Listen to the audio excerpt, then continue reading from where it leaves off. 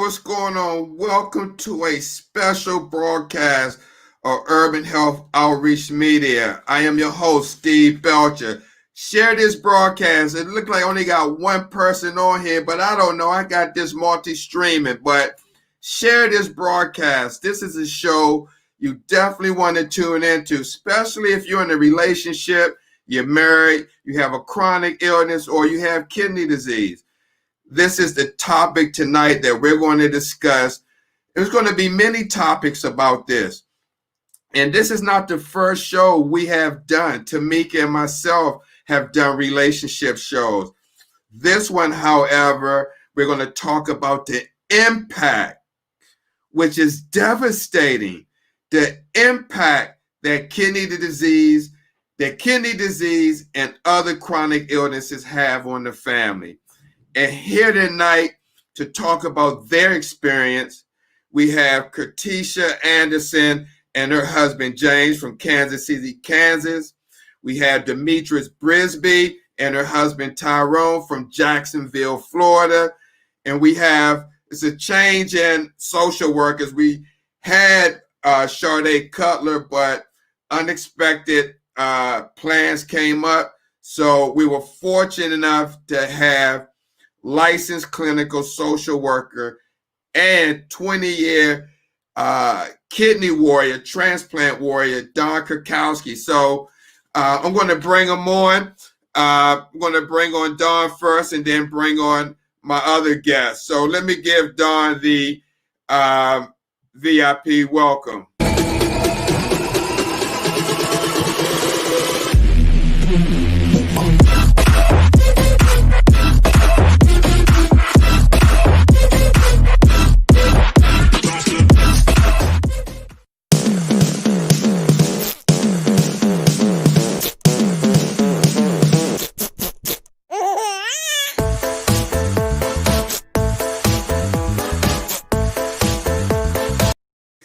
Hey, what's going on, Don? How you doing?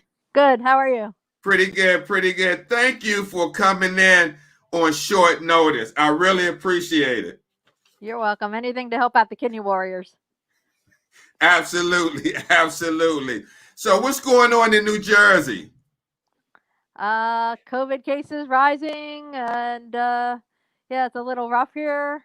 A lot more people seeking mental health treatment, including families. And I do deal with the impact of both mental and physical illness on couples and families. So, yeah. Okay, and before I bring on our guest, let me just read this about the impact that kidney disease have on the family. And you can actually include chronic illness. It says the impact kidney disease and dialysis treatment can have on a family ranges from your daily routine to your interpersonal relationship. Mm-hmm. Some changes may bring you and your family closer and help everyone see what is really important. Others may cause stress and friction.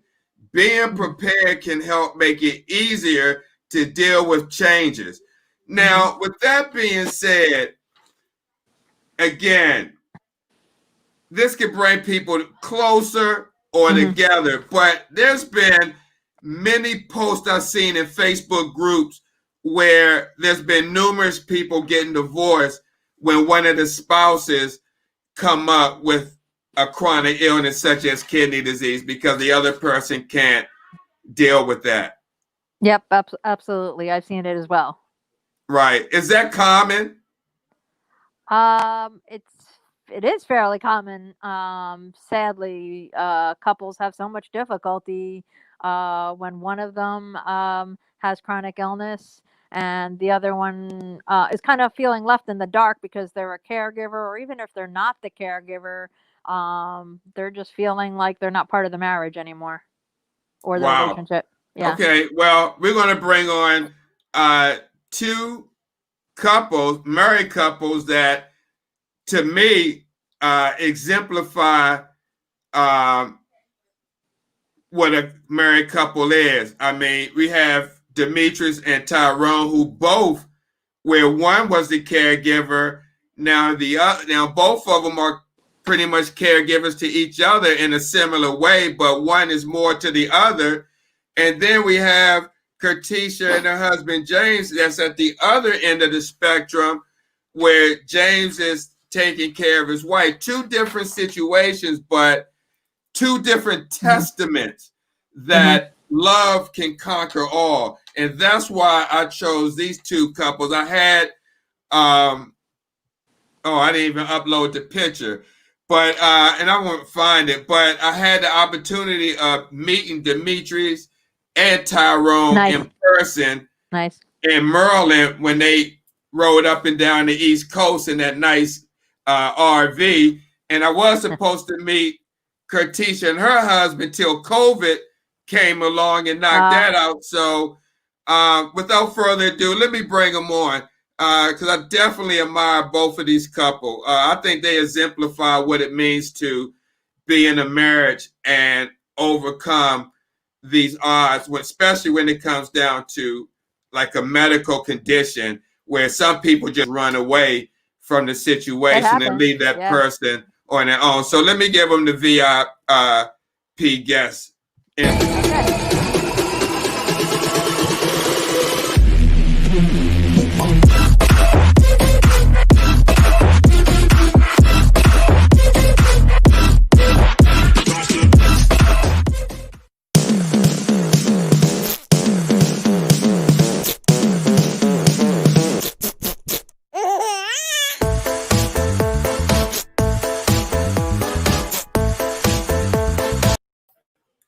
Hey, D and Tyrone and Curtisha and James, how y'all doing? Fine, yourself?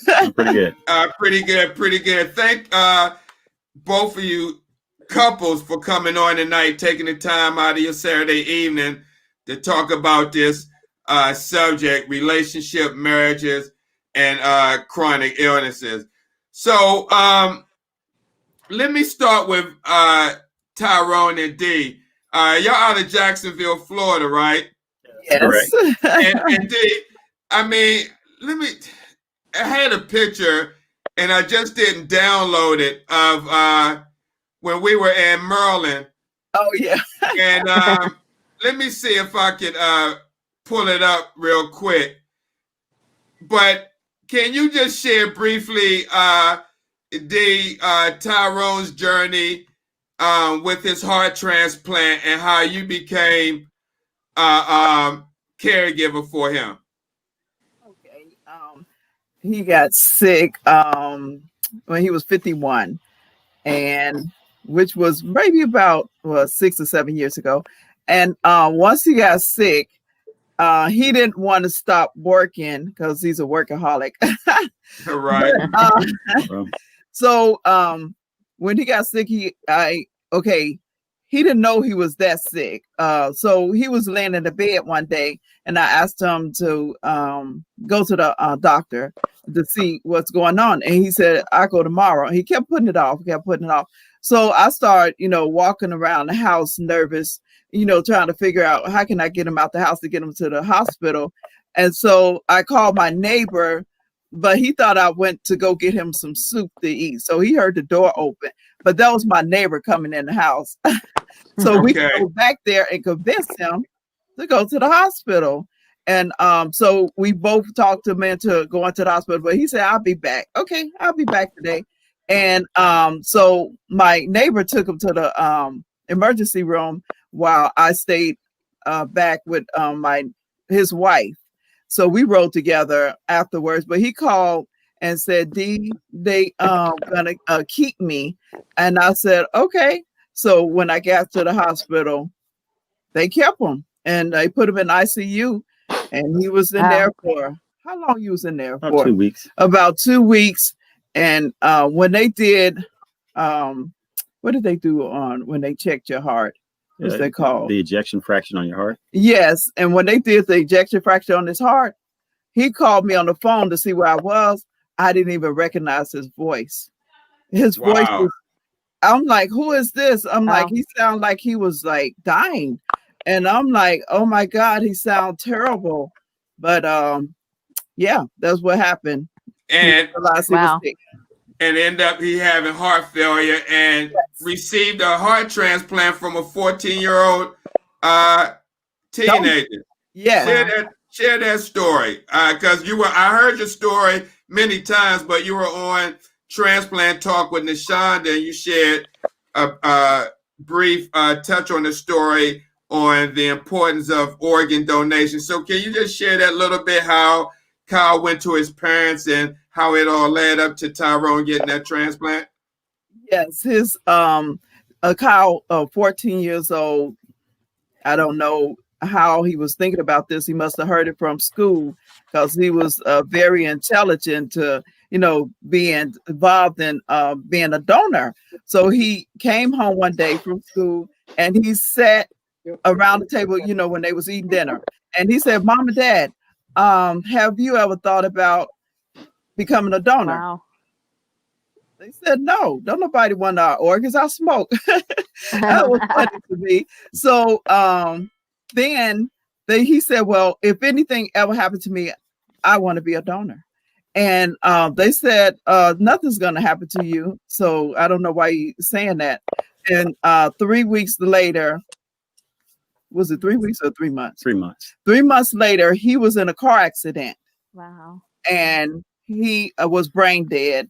And so when the parents got to the hospital, he was already gone. He was brain dead. And they said, well, what you would like to do? The doctor asked them. And they said, he already made that decision. So wow.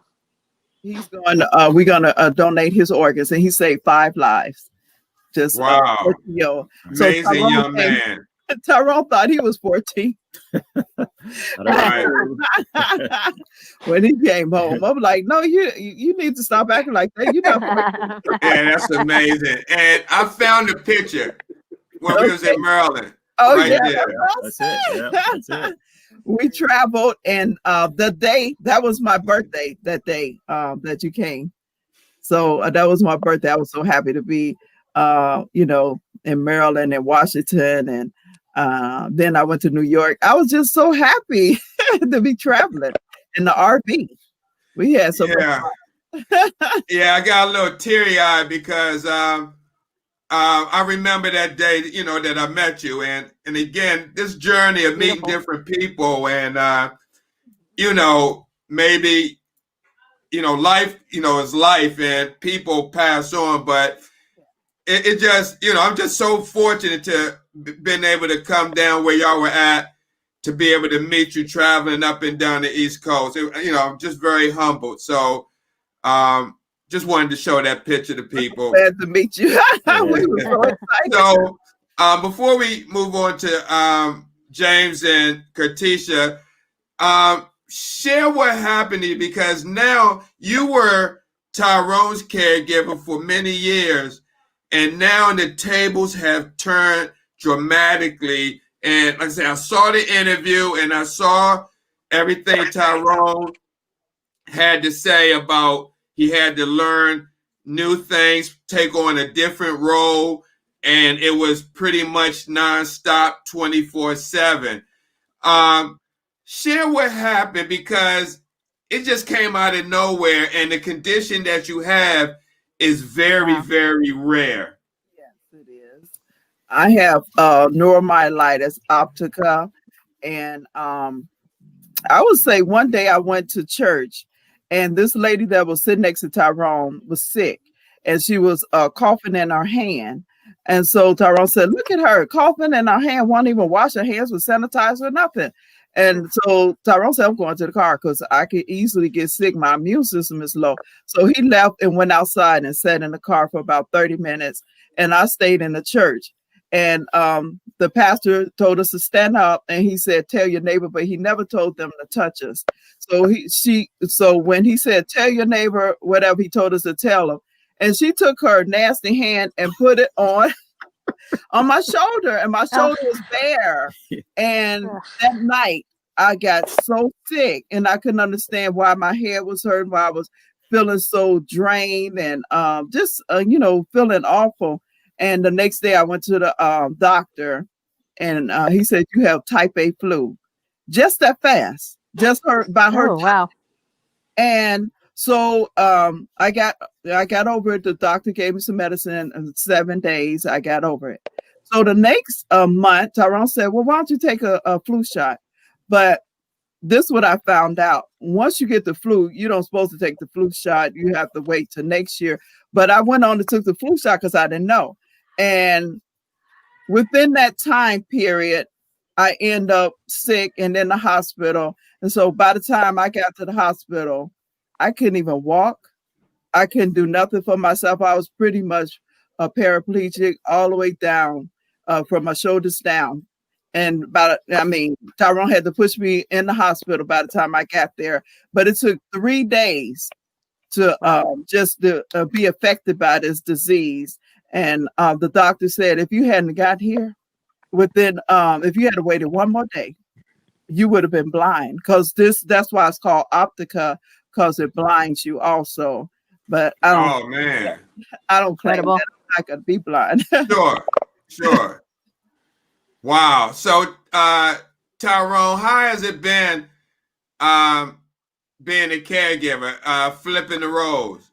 Well, the roles have definitely been reversed. I have a different perspective on caregiver. I mean, a caregiver, when a person's health and safety and nutrition, their personal care is 100% your responsibility at that point. Because as Dee mentioned, she actually became a quadriplegic. She couldn't do anything for herself. So I became her pretty much her lifeline, and learning, refreshing myself in the kitchen, trying to learn how to braid some hair, all type things. You name it, I was doing it, Right. My main concern was to make sure that she had the best health care, because she was diagnosed with a very rare disease. And it can be detrimental if it's not treated and diagnosed properly with a sense of urgency. Right. Yeah. Heard you mention that last night. Wow. That's awesome that you're able to be there for Dee as well and take care of yourself. Now, Curtisha and James, Curtisha, how long have you been dealing with lupus and kidney disease? I've been dealing with lupus and kidney disease for about 29 years. I was diagnosed when I was 14 years old. And so when you and James met, were you at kidney failure, or you still was dealing with the conditions of lupus? I was just dealing with the conditions of lupus, and I was pretty much in remission. When I met James, I had been on dialysis as a teenager, and I had regained kidney function for a little over 22 years. So I wasn't on dialysis, and my kidneys were pretty much okay. But later on through the years, I started having issues with my kidneys again, and that's when I went back on dialysis for a second time. Okay. And so, James, when you met Curtisha,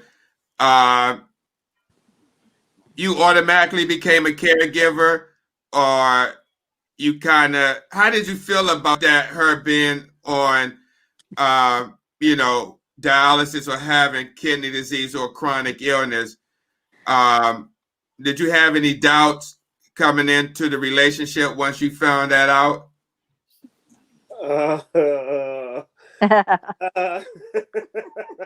That's a funny question because I kind of already knew she had it.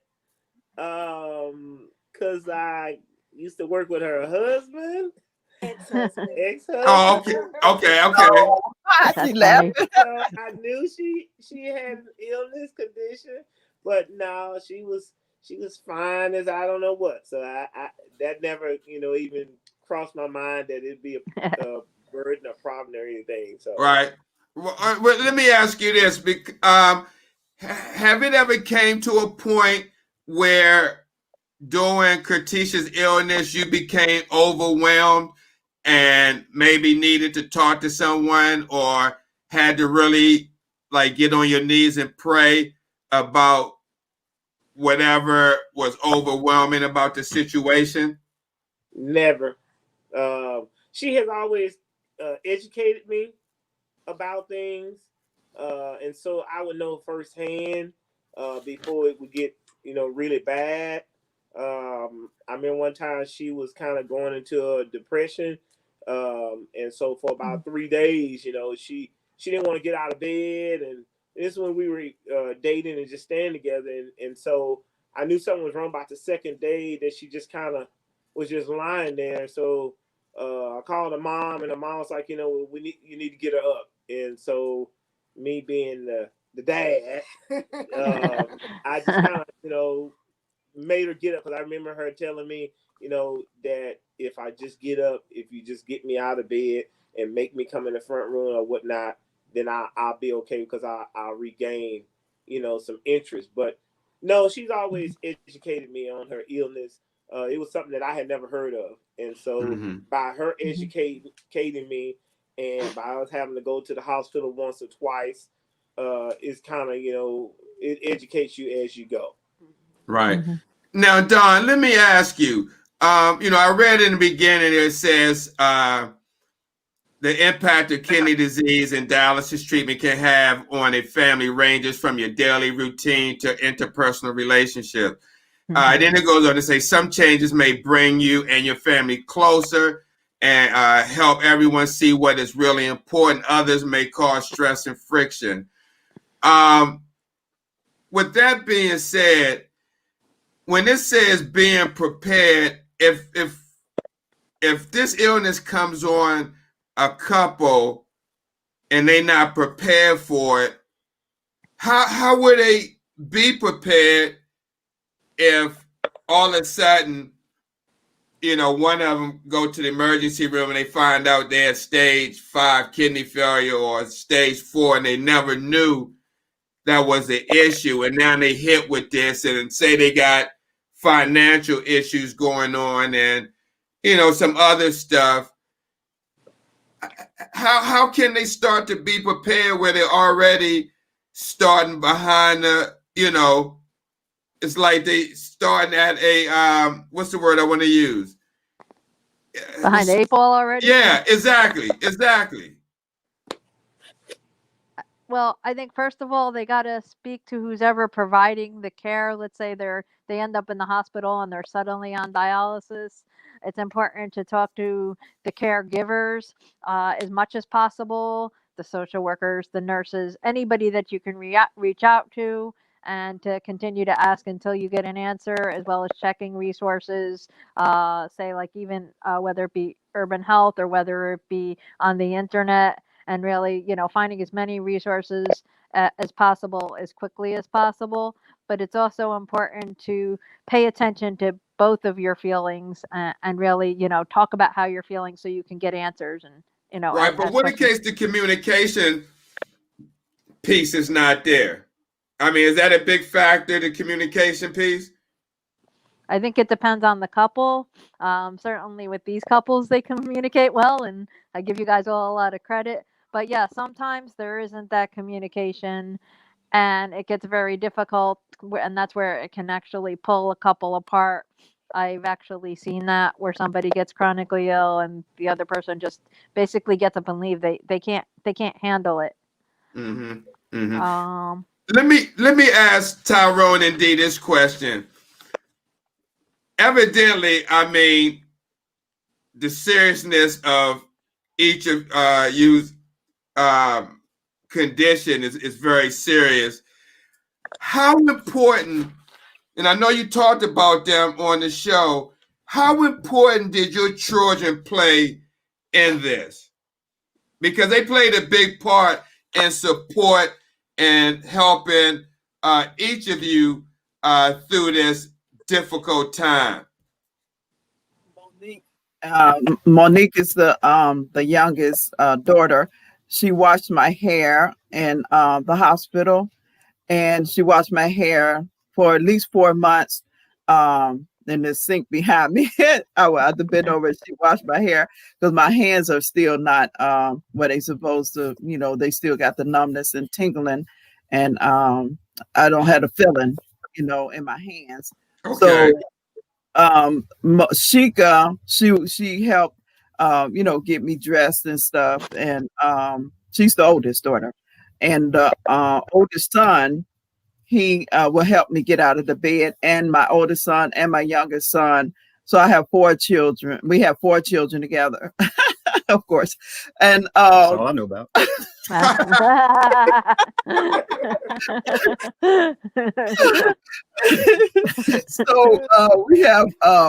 So we have 2 sons and 2 daughters, and both my sons bought us a bed that led up and down, because when I first got out the hospital, I needed a bed like that because I couldn't do anything. And I had the tub removed and put in a walk-in shower for me while I was in the hospital. So, I mean, they all contribute and just help me out. And my youngest son's still in the Navy right now, but he sent money home to help out. Oh my God, that's awesome. And thank your son for his service. Tyrone, let me ask you, being how this all of a sudden came upon Dee, how appreciative are you of your kids, and how proud are you of them, saying that they stepped up? Because, I mean, you yourself, I mean, do you think you would have been able to kind of take care of all this if you didn't have 4 kids and you was in the same condition? No, I couldn't have did it without my kids. I mean, they were really there, emotionally, financially, whatever we needed, they were there. When I needed a break from the hospital, either our son or daughter, one of them would come there and sit with Dee. So every once in a while, a caregiver needs a break also to just step away and kind of regroup. And I wouldn't leave her side at the time unless one of our kids was there. I just really didn't trust anyone. Remember now, when Dee went through this illness, which she's still dealing with it, and there is no cure for it. It was at the height of COVID-19, where they weren't allowing visits in the hospital. So the kids would, surprisingly, we would get them in, and when one of them come, I would leave and I would go home, freshen up, and the kids would be there. They brought, every once in a while, they'll bring a hot meal or something, or bring me something to eat, or if I need to go home and get some rest. So without the kids and friends and family members helping out, it'd have been almost impossible to actually achieve to her level of recovery that she's at this current point. Yeah, Dee, I remember when you reached out to me, you told me, you were, in rehab, and I couldn't believe it. Wow. Can I say Sure. something? Now, I looked this disease up, and it's in the family of MS and lupus. Wow. But this disease is worse than they said lupus, and it's worse than that I have. It's worse than MS. So it's like it's transfer myelitis and it's neuromyelitis.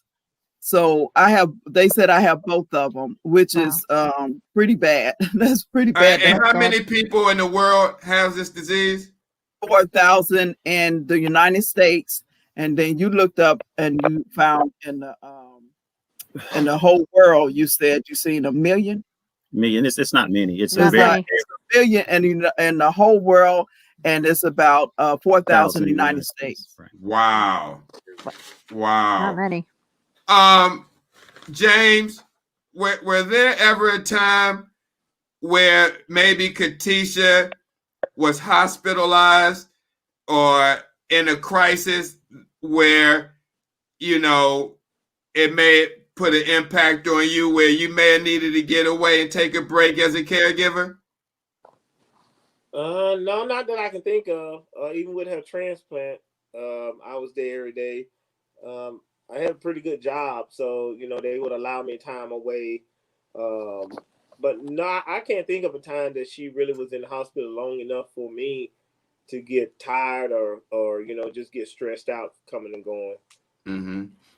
Well, let me ask you, both couples. I'll start with Curtisha and James. Was time management ever an issue, James, or impact when it comes to Curtisha's treatment?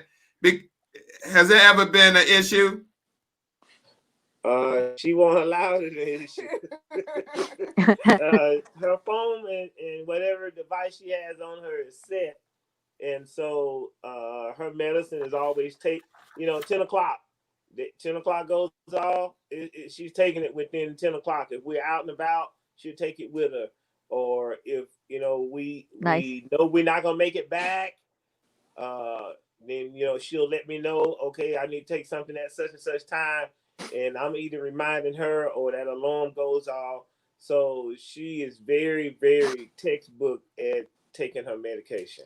And even when I was on dialysis, sure, I did my treatments at home, and so our life was centered around me doing dialysis. So time management has never really been an issue because really what's going on with me kind of becomes a part of our world, and we just adjust to it. Okay, so let me ask you this question. So who did like buying the grocery? Did you still go grocery shopping, Curtisha, and do the cooking and cleaning? Well, James, he cooks a lot. I do most of the cooking, but if there's certain meals that I prefer him to cook, he'll cook them. Or if I just need a break or he sees that I'm tired, he'll do those kind of things. He will go grocery shopping, but I do like to do my own grocery shopping so I can add extra stuff in the basket. She don't want me to go grocery shopping because she said I shop and all I buy is snacks. Right. Hey, Dawn. Before I talk with Tyrone and Dee, can't role reversal happen when it comes to time management when one maybe had been the provider and say that person gets sick and then this other spouse may have to step in and manage their time and time to maybe go buy groceries, doing the laundry, because maybe the other spouse may not feel up to doing some of these tasks. Does that happen a lot? Absolutely. I think it really looks like it, here. And a lot of times one person may have to step back and change the role of somebody else and become the breadwinner, and maybe work more hours or even get a job if they were at home. So there's a lot of things. It causes financial stress, and there could be emotional stress. A lot of roles, especially if you say somebody gets sick and like for years and years, it's kind of been the same and they get used to it. So yeah, it can definitely change. Right. Now, Dee and Ty, what about for you now, Tyrone, time management? And I know at one time Dee couldn't move. And you were, like you said, her sole provider. I'm sure you had to go grocery shopping, pay the bills, cook for yourself, clean up the house. Did that at any time become overwhelming to you? Or did you have help with some of that? Our youngest daughter, Alexandra, which I always call her Monique, she would come over and take care of Dee's hair, but all the things as far as grocery shopping, cooking, paying the bills, I pretty much had to take on that responsibility. Well, Monique sometimes cook. And also our daughter would cook a meal occasionally here or there. I took advantage of that. Yeah. But a lot of times when it comes to time management, Dee would often say I didn't have the patience she had. I was a caregiver, but not to her level of caregiving. I'm like, let's get it done. Let's get it done. Let's get it done. And I have to remind myself that Dee don't have the mobility that she used to have.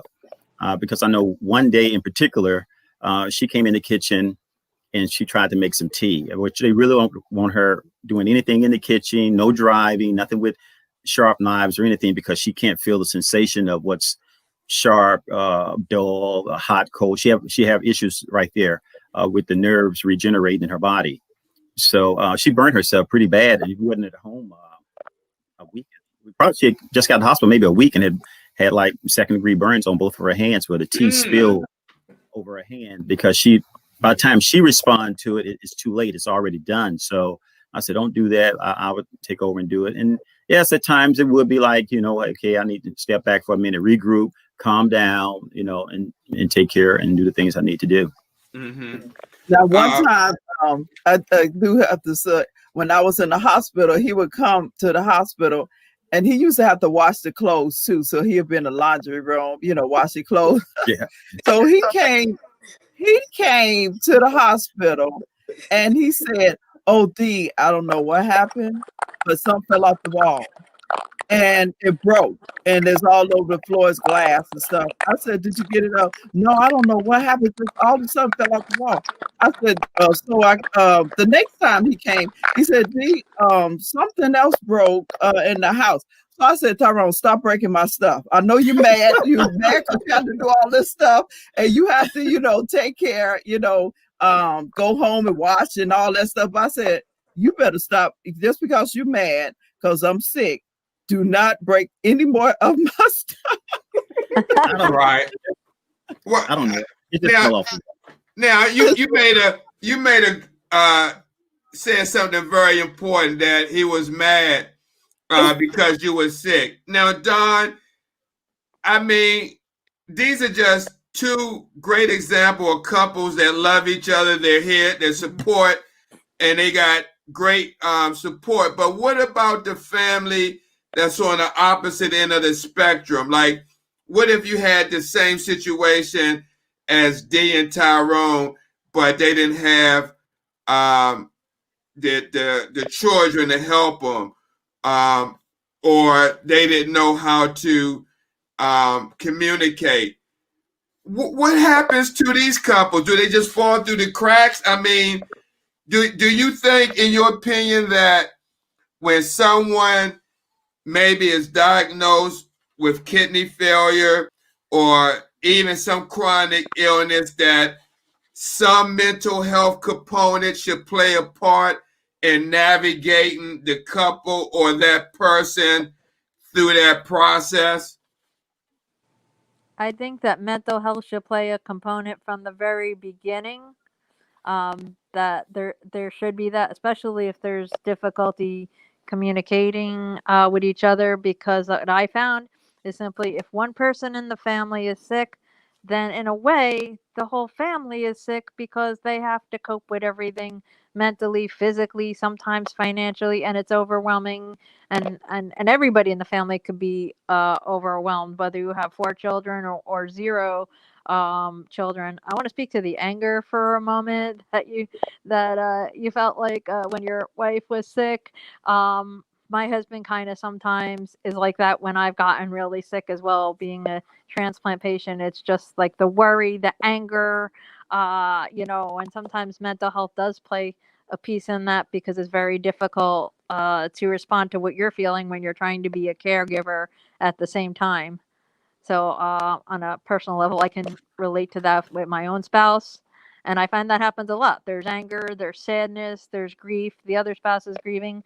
So it's important. I do suggest to people, when they're seeking mental health help because they're sick, to have maybe either a couple session or a couples therapy session, or maybe even suggesting that each person themselves get individual therapy and techniques for bringing better communication into the marriage.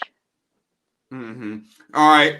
So let me just move on to some tips that I'm reading from an article, and I want to ask Dee and Tyrone, and also Curtisha and James, do they practice these tips that they suggested?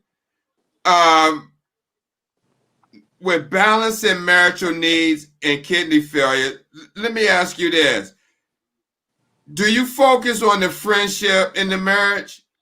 Let's start with Curtisha and James.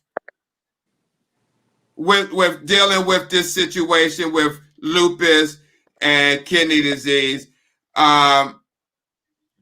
again, do you focus not just the marriage, but also the friendship as well to try to manage what's going on? Can you share a little bit about that? Well, for us, the first thing we do in the morning when we wake up is we always say good morning to each other. And then at the end of the day, we always ask how our day was, so we're always, That's important. We're always mindful of each other, how our day was, and we communicate throughout the day. So we always try to hold on to those components of checking on each other, nurturing one another, loving on one another, no matter what's going on, whether it's a sickness or, a bill is due or whatever the situation is. We always try to make sure that we focus on those things, the things that are important, and that's us.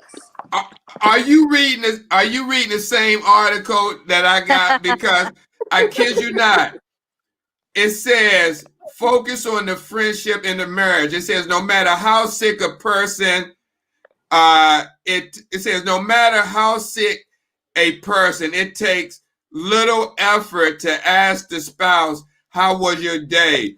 Or how are you coping with this kidney stuff? Some spouses will respond cautiously, not wanting to hurt the patient's feelings, but giving the spouse permission to be hurt and angry about kidney failure can help focus the emotion and make the adjustment easier. A strong friendship is an excellent predictor of success in marriage, and taking some time to listen to each other is the mark of any solid friendship. I agree. What about you, Tyrone and Dee? I know before Dee got sick, y'all was traveling, y'all was taking pictures. Everywhere y'all went, y'all took pictures together, spending time on the boat with the grandkids. Is it the same way as far as friendship with you guys? Our friendship is still always remains strong, but I would just want to backtrack a little bit on the anger part. Well, a lot of the things when I would get angry, it was because there's a sense of no control. There's nothing you can do to change the situation. You're taking the meds and you're not getting the results that you expect I guess at that time frame. So it was a sense of like hopelessness that, okay, why is this happening? And then sometime I would close my eyes and I go, okay, this is a dream. This is not real. This is not happening to me. But you had to face reality and actually deal with it. As far as asking each other in each day on the communication, she'll tell you, she'll be laying down and I go, are you comfortable? Are you hot, you cold, or she disappeared too long? I'm like, okay, where you at? You're okay, everything's all right. Because sometimes you have a balance issue, making sure that, a fall factor, a risk factor there. So I'm always constantly checking, asking, how are you doing? How are you feeling? Because we're both still learning about this disease that she has. And I'm pretty much her caregiver. She's my caregiver. She reminds me of to take my meds. I remind her and all the things that she would normally do. Yes, I have to step up to the plate and do those things. And then when I can't do it, one of our kids, I don't want to leave out our other daughter, Tashika. I've been mentioning Monique a lot, but Tashika, she'll come over and do things, or if we need her to run, pick up something. Beautiful. Do the computer, do something on the computer. So it's a lot of factors that really plays a role in this. It's no one magic bullet, no one magic answer to the relationship. Okay. And Tashika have my car over her house, so her husband could put a stereo and a new stereo in my car because it went out. So my car's over house. I've been over there about 2 weeks until I order a radio. So they helped out a lot. Okay. Great. So let me ask this question. because these are what I read when it comes to married couples where one may have kidney disease or chronic illness. Let's start with James and Curtisha. Were there any issues, say, with a lot of couples, they may sleep in different beds because maybe the one spouse who have kidney disease may have restless leg syndrome or itching or toss and turn and may keep the other person out. So was there ever an issue with you guys having to sleep in separate beds? And then I'll move on to Tyrone and Dee. No, never. I mean, as a couple, for me and my wife, you hadn't been a couple until you dealing with her on dialysis and she's doing PD at home, and you say, hey, I want to keep this vibrant. Hey, I want to keep our relationship live. I want to keep the sex live. And it just opens up so many other doors for role play. Role play. I mean, this is my girl. One of the famous things that I always say to everybody, because my wife is really, really sickly with lupus. She has 20 other things that come along with lupus. I always tell folks, hey, I got a bad horse, but I'm still riding it. Because when I married her, but you got a bad horse. Oh no, you got a good heart. We are so spiritually based until no matter what he puts in front of us, if we can't handle it, he's got the best deal going in town. We turn it back over to him and say, Lord, okay, which way you want us to go with this? Because ultimately, at the end of the day, that's what we got to deal with. And so that's what he put in front of us. He put it in front of us for a reason. And if we can't figure it out, then, hey, okay, what do you want us to do with this? And so it has never been a time to where I even thought about moving out of the bed. It might have been a spell to where we might not, been able to touch each other like we wanted to. But ultimately, when you love a person unconditional, it's the world. It's the world. So, and it takes a special person to deal with a person like myself. Especially when a person is doing PD, you got the sound of the machine, you got the smell of the solutions. Everybody can't deal with that. So it takes a very special person to deal with situations like that. And I think, Steve, that's why it's so important for us to have these kind of conversations. And I think these kind of conversations help other couples who are in similar situations. Definitely. Because, when you love somebody, you kind of tolerate and deal with some things that, that may make you uncomfortable and that you don't really care for a whole lot. But I think it grows you as a couple when you deal with those things together. It makes you stronger. Mm-hmm.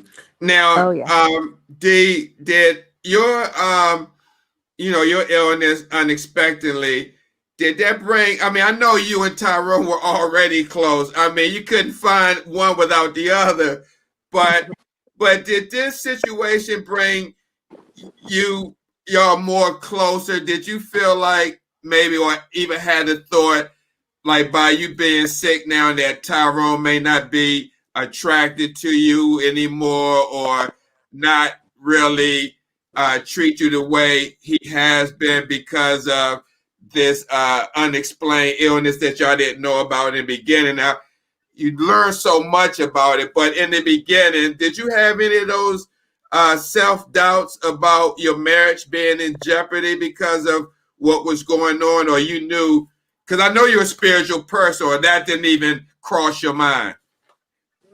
No, it didn't cross my mind. I seen that he was there for me, even in the hospital.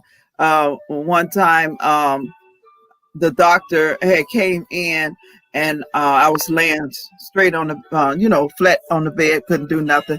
And he came over and he looked me dead in the eyes, and he said, "Are you scared?" And I said, no. He said, you should be. I'm like, wow. I mean, okay. I'm like, do you know Old the God doctor. I serve? That's what I said to myself. I said, I'm not scared. But to myself, I said that. And so that evening, I couldn't move a thing. That evening he came in and Tyrone was standing there and Tyrone was recording me because he had went outside to take a break because he couldn't take it. He just couldn't take it. So he came back and the doctor said, lift your leg up. And I lift my leg up all the way up. And now he said, now lift your other leg up. And I lift that leg all the way up. And Tyrone was like, he just couldn't believe it. And he was recording and he just started, weeping. And, I could hear his voice kind of like, he wanted to cry. And because he just had, I don't know if he gave up on that I would never walk again, but he was teary, he was tearing up and he was just so happy. He said, Dee, when I went outside, you couldn't do nothing. He said, I came back in 30 minutes and look at you. You can move. Wow. You can, but they don't know. I got God being on my side. And so he is a healer. And he got me back up on my feet. And I could do things that I couldn't do. I just couldn't do anything. But now I could do, a lot more each day, get better and better. So I knew that Tyrone would be there for me because I was there for him, during his time when he had to have his heart transplant. I was there for him. So I figured it, but I never thought this would ever happen to me, of course. But he was there for me and I was there for him. Mm-hmm. Now, go ahead, Ty. Yes, I know we had mentioned about relationships and the stress, different things on the marriage. I know when Dee first came down with neuromyelitis optica that there were some issues because one thing is that neuromyelitis optica can affect you sexually also. So when we found out that she couldn't feel anything, so I mean, I touched her arm, she couldn't feel nothing. Her legs, she couldn't feel nothing. Touched her rear, she couldn't feel anything. I'm like, okay, challenge. So I came in the room one day and I go, hey, can you feel that? And she goes, oh no, I can't feel that. I said, boy, I gotta get you home. I gotta work on you. Right. Couldn't feel a thing, But since then, what actually where you get your sensation through your body is, I think it's, I'm gonna get this correct. I think it's the myelin that wraps around the nerve. It has to regenerate in her body, and it's coming back, and she's really doing great now. I mean, yeah. Wow. Well, I mean, I like a challenge. It's really a little over the top, but hey, we're there.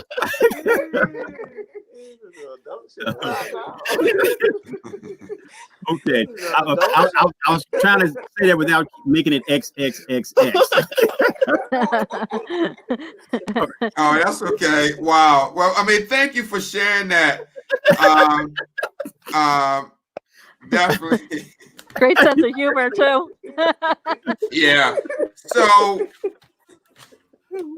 Dawn, I mean, what do couples do who are not like the Brisby or the Andersons when you have couples on the other end of the spectrum? How can we help those couples? I mean, because there's a lot of couples that are, divorcing or separating because of this. Well, first of all, I sometimes wonder, are they breaking up or divorcing? Because I was reading the article that you had there. Are they separating because a person is on dialysis, or are they separating because there was a problem in the marriage that was not solved or discussed long before they even got married? Which also just means that the illness increases the problem that's already there because the communication was already bad. So I think we can educate couples as much as possible. We can share these videos. We can encourage people to just simply remain in the relationship while one of them or both of them are sick, by doing the simple things that these couples do, you know, saying I love you, checking in with one another, learning to be present in the relationship in some form, even if a person can't get out of bed, you can still say, hi, how are you? How was your day? Did you sleep okay? What are you feeling like? And both people can do that for each other. So I think sometimes counseling, maybe even mental health counseling, is needed to bring people back. But I also realize it's not always possible. And sometimes there are people who just they cannot handle having a sick partner. So it's important to realize that too. Right. Man, we're gonna have to do a part 2 of this show, but I think no, so. seriously, because this. I mean, this could go on, and it's it's like 58 minutes. But I do want to ask this question to Curtisha and James and then Tyrone.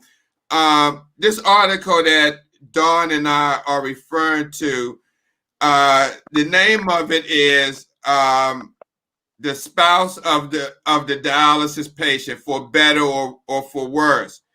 And I mean, you can apply not just to dialysis, but to a chronic illness. But one of the things they said you can do to kind of help situations be better is to talk about things besides your illness.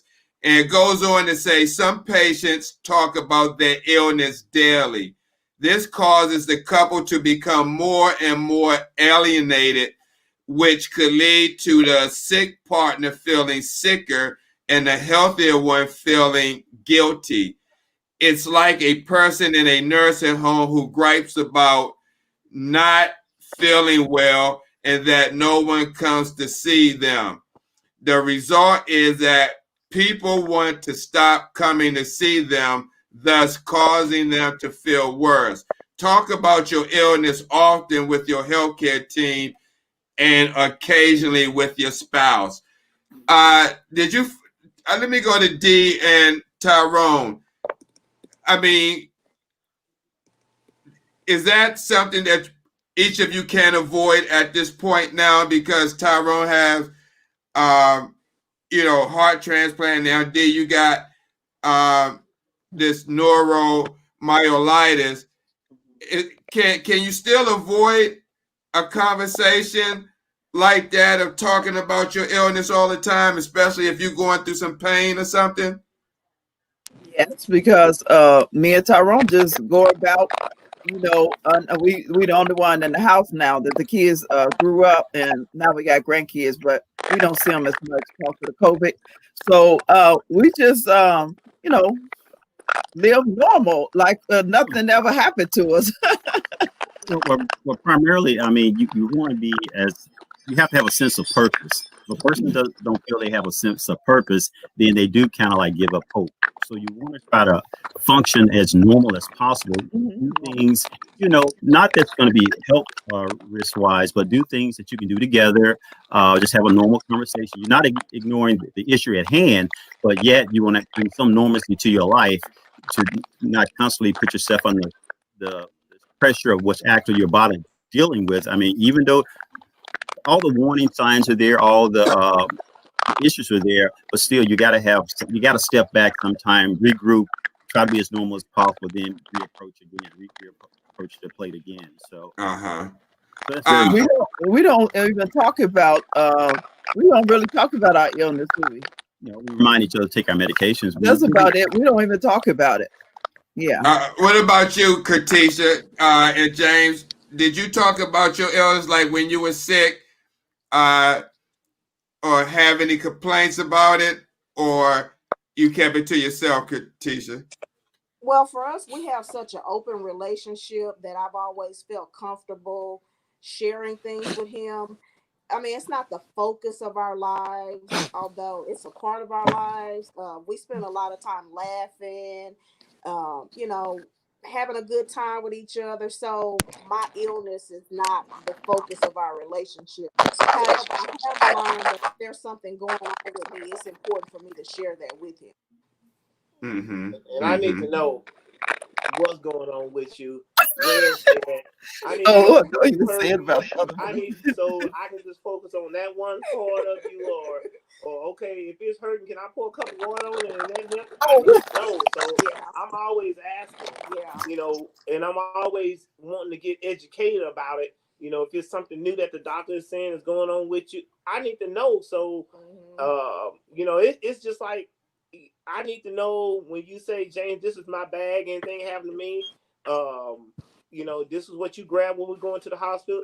I need to know exactly what's going on with you at this point in time. Also, don't just tell me this is the list of meds, so bring that with you. This is the bag. No, I need to know everything. So we always talk about everything, and the easiest thing that I say for anybody is keep the line of communication open.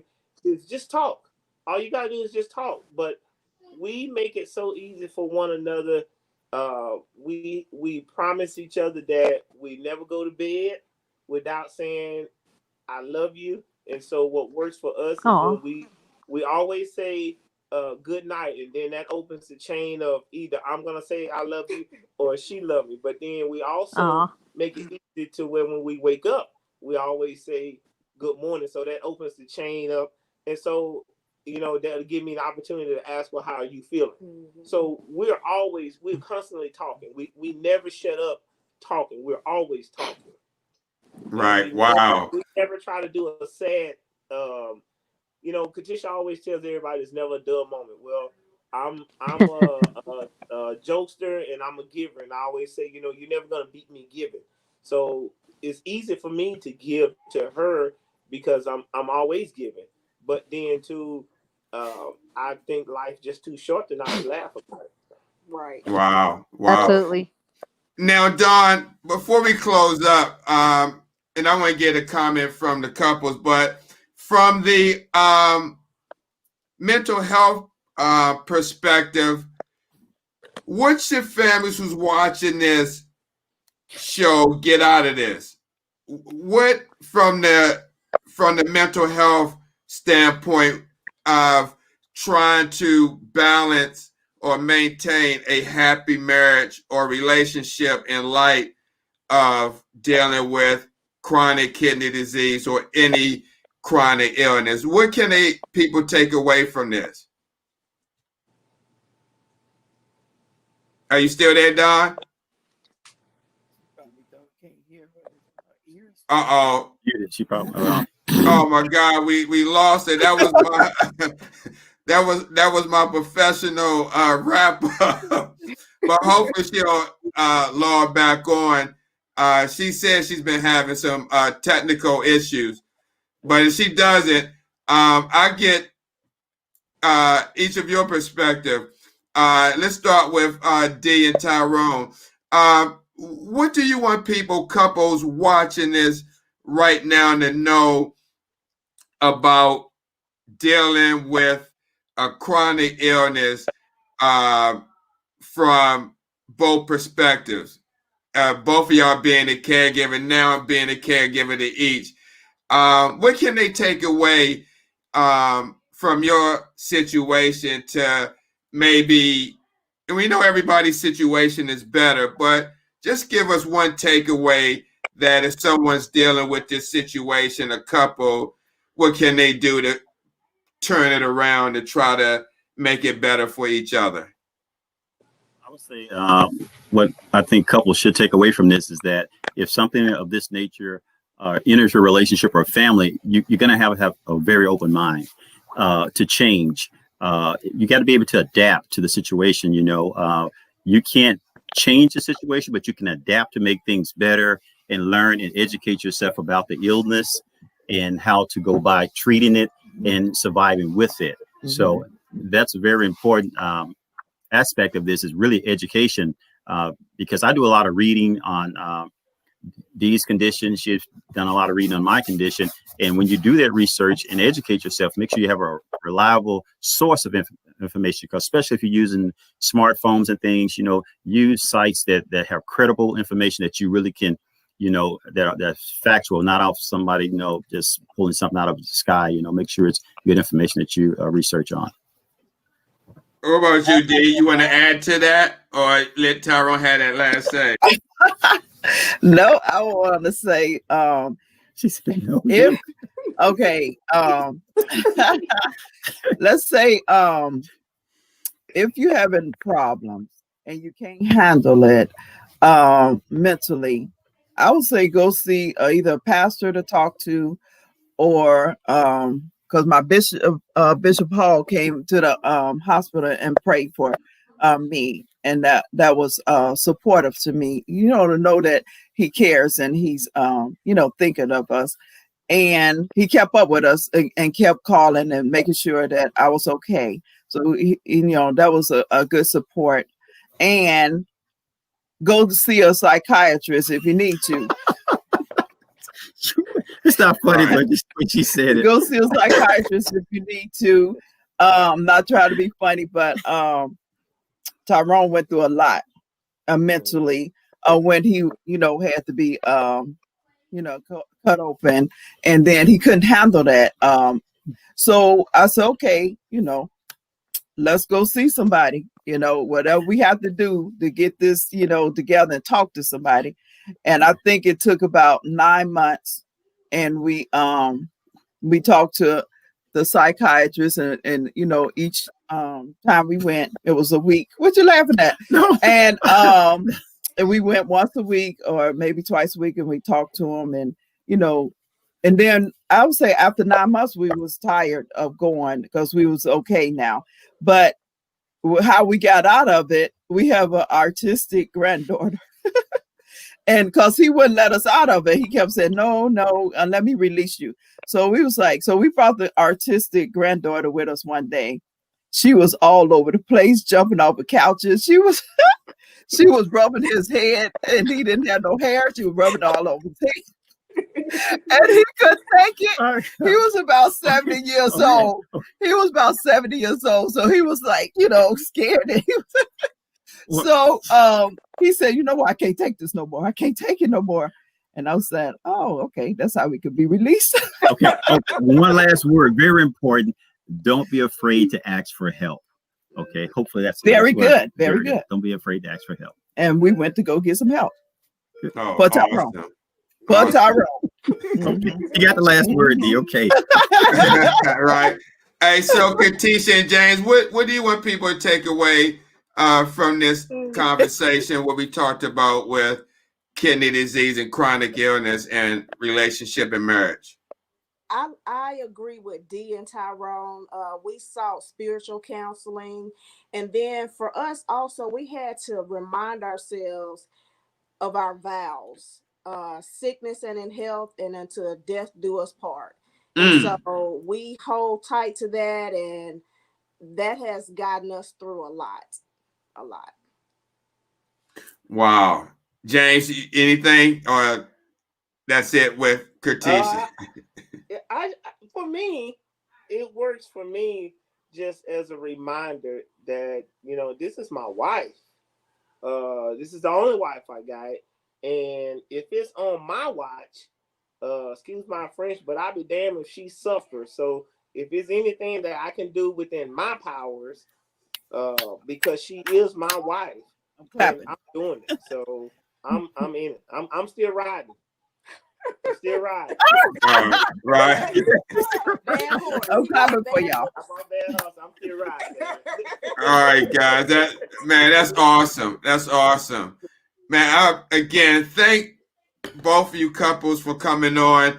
I wanted to wish I had my regular social worker on, but last minute changes. But we are doing a part 2, and I would definitely like to welcome both of you guys back on when we do come back and do that.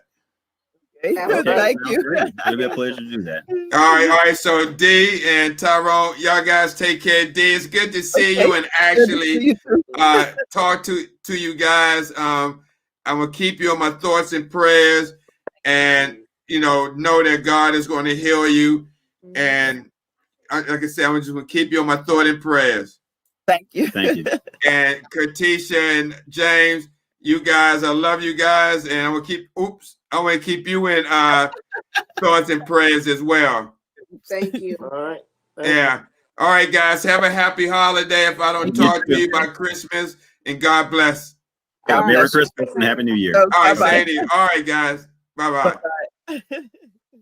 All right, this was an awesome show. I'm just sorry that Dawn, she was having technical difficulties with her device. So I'm sorry I couldn't get a last. Oh, wait a minute.